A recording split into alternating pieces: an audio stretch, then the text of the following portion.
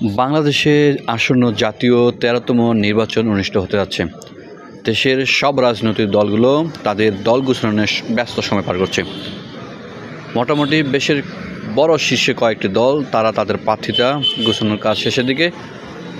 আজ বাংলাদেশের বিএনপির তাদের ৩০০ আসনের মধ্যে ২৩০টি আসনে প্রার্থিতার নির্বাচিত নাম।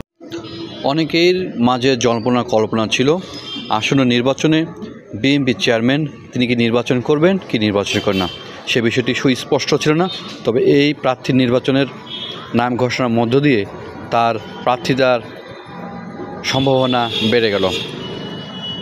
বিএনপির চেয়ারম্যান বেগম খালেদা জিয়া দিনাজপুর ৩ আসনে নির্বাচন করবেন সেটি নিশ্চিত করেছেন বিএনপির মহাসচিব মির্জা ফখরুল ইসলাম আলমগীর।